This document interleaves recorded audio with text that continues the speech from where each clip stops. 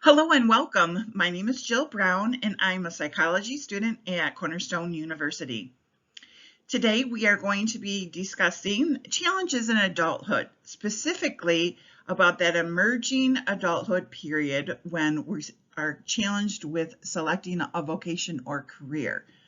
So, I'm excited about the things that we're going to discuss, and I look forward to spending time with you today. Are you ready? All right, let's get started.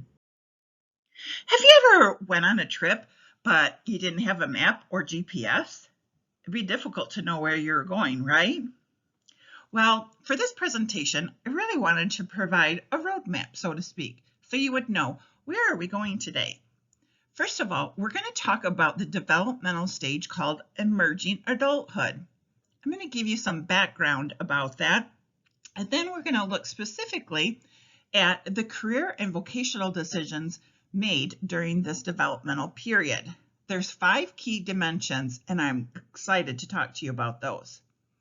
Then we're going to talk about the impact of life experiences on career and vocational decisions, as well as what could be some barriers and what are the measurements of success when it comes to career and vocational decisions during this emerging adulthood period. So again, I'm excited. Let's get started.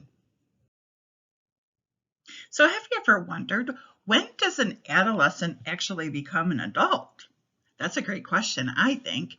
So I know many of you may be familiar with Erik Erikson's 8 stages of development, but today we're going to talk about a contemporary theorist, a Dr. Jeffrey Arnett, and his theory of emerging adults.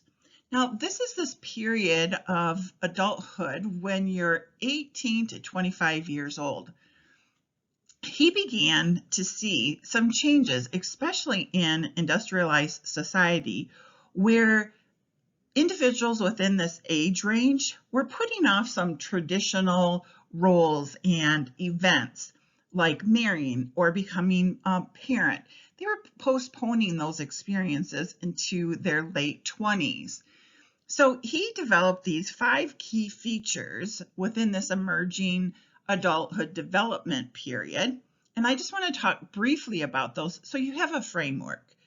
So identity exploration, that's the first thing. That really is an ongoing process for any individual. It's not just a one-time deal during a specific developmental period. So again, during this emerging adulthood, 2 of the main things are really love and work. So people are trying to figure out those 2 components in regards to their identity. Now, instability, one of the really big things, and maybe if you're either in this range or outside of this range, you may remember this. There is residential instability. So it may be the first time you move away from home. Maybe you're going to college or you go and live with roommates. But again, you may be changing residence more than once during this period. So there's some instability in regards to that during this developmental stage. Emerging adults tend to be a little self-focused. And let me explain what I mean by that.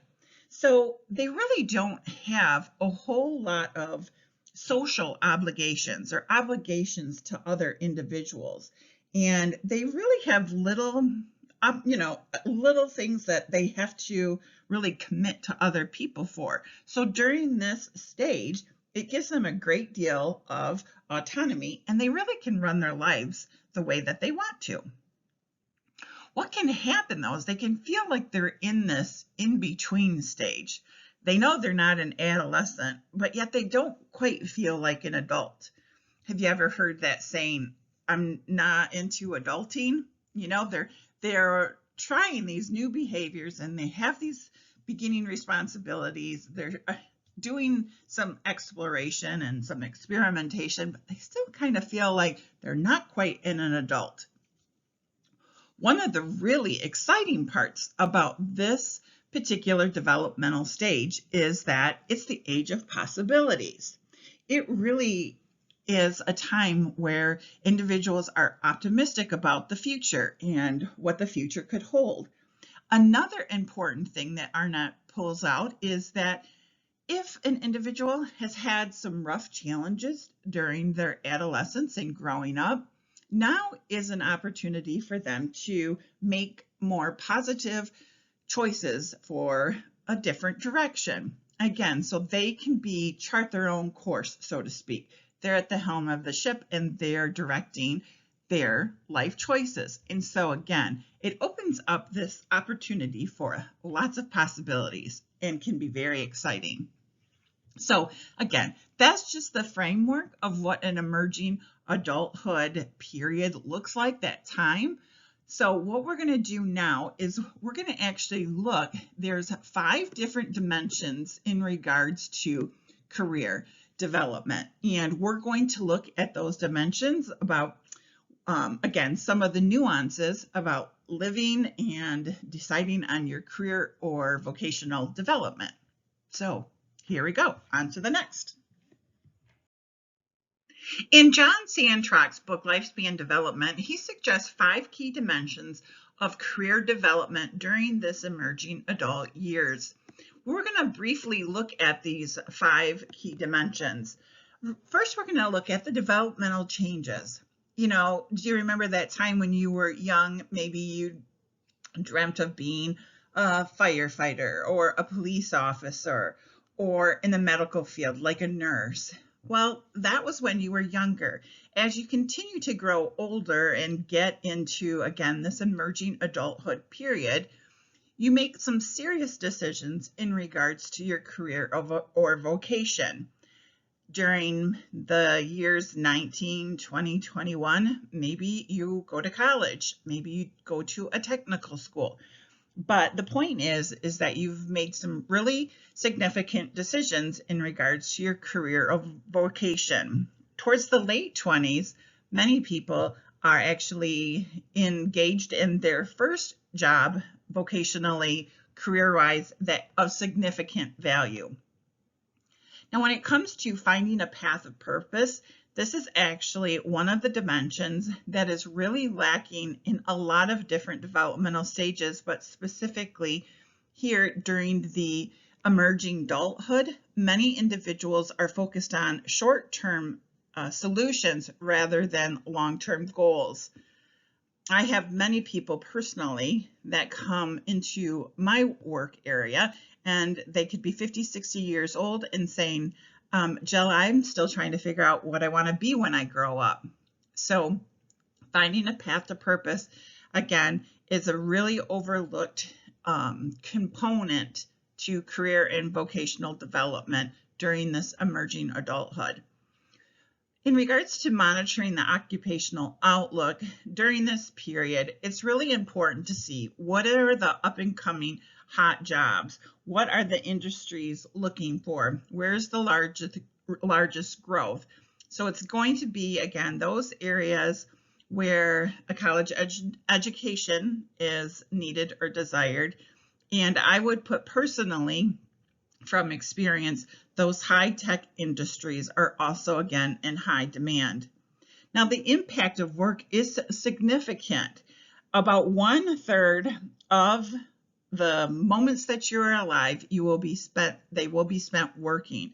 So the impact that work has on an individual is significant. It also affects their identity in a lot of different ways. People are defined by their job or the role that they do. And again, if an individual is not working, we've experienced that with COVID-19, there can be a huge impact in regards to stress within an individual. Diversity in the workforce and the workplace has actually been increasingly more and more diverse. Ethnic diversity is also increasing in the workplace. And really, the only spot worldwide where we see some stagnation would be in France. But overall, diversity within the workplace continues to rise. When we talk about some barriers here in a few minutes, barriers to success, we're going to come back to this diversity in the workplace and speak a little bit more about that. So now that we've had this opportunity to briefly look at the 5 dimensions of career development, we're going to take some time to examine the impact that life experiences have on this developmental stage when it comes to career and vocational development. We're also going to look at what are some potential barriers to career success and how is success even measured in this emerging adulthood period when it comes to vocational or career development.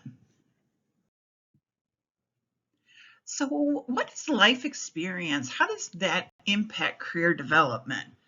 Career development theorists suggest that social and contextual experiences influence an individual's career interest, their aspirations, and even skill development.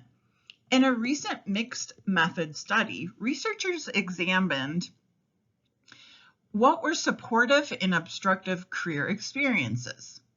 In this study, the results indicated that parents were mostly supportive, while experiences at school and work occasionally made individuals reconsider their career goals.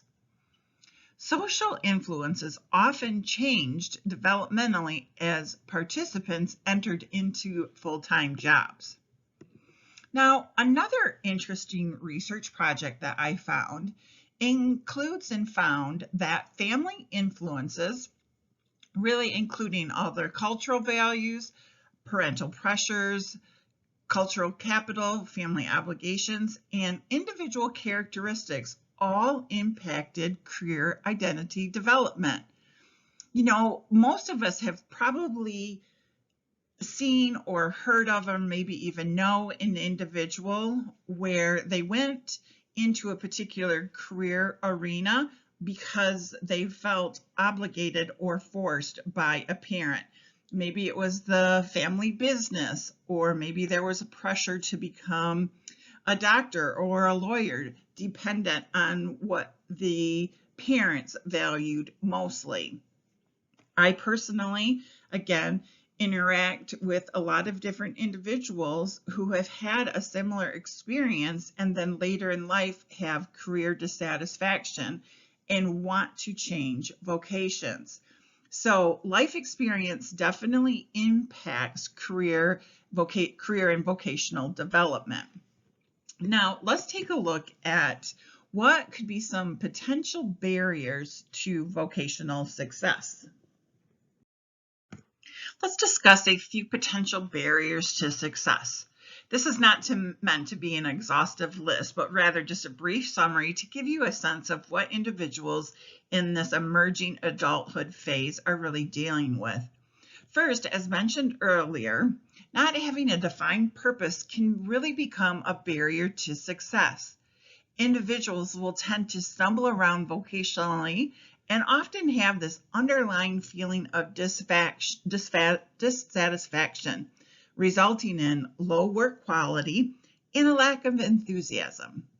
Another barrier to success can be the lack of training or educational opportunities due to financial barriers. Lastly, earlier I mentioned diversity in the workforce. And despite the increasing diversity in the workforce, women and ethnic minorities, they're experiencing difficulty in breaking through that glass ceiling. That really prevents them from being promoted to the higher rung on the corporate ladder. This invisible barrier to career advancement prevents women and ethnic minorities from holding managerial or executive jobs regardless of their accomplishments and merits. Now again, those are only a couple barriers to success during this period of time. We want to talk about how do we define success? What does success really look like for an emerging adulthood phase? So what is a measure of success? People measure success in a variety of ways. There are those who define success through tangible external assets, while others hold a values-driven view of success. Well, according to Sandrock, earning a living and choosing an occupation or establishing a career and developing that career are all important themes in this early emerging adulthood period. Therefore, we can safely conclude that if an individual is moving through this developmental stage while addressing these themes or issues, he or she is experiencing at least a level of success. So now has come the time where we need to wrap things up. So in conclusion, as we recap and wrap things up here, today we learned about the emerging adulthood developmental theory. We looked at the 5 key dimensions of career and work development. We also saw how life experiences really do impact our decisions when it comes to career and vocational development. In addition, we looked at some barriers to success, as well as what is the measure of success. So again, this stage of emerging development, it's really filled with exploration and experimentation, and honestly, some really big decisions. So I wanted to end with one of my favorite quotes. It's written by George Eliot, that's the pen name. Real name is Mary Ann Evans. She's a 19th century novelist. This quote is really meaningful, especially for any individual that took a career path for any reason other than his or her own personal desire. And the quote is, "It's never too late to be who you might have been. You were designed with a purpose in mind. Now go live out that purpose." I wish you well, and thank you for listening.